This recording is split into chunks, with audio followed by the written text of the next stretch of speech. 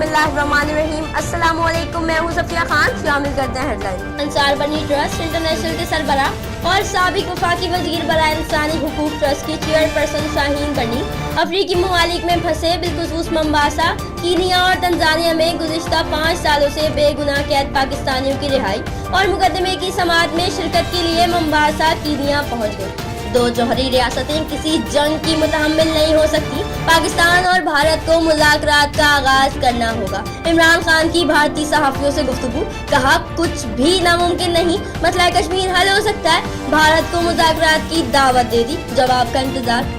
बिलावल भुट्टो की इमरान खान पर गोलाबारी, कहा यह अनोखा लाडला है जिसने खेलने को चांद मांगा और पूरा मुल्क दे दिया गया। मजीद कहा लीडर वो होता है जो अवाम के लिए वादे पे कायम रहे।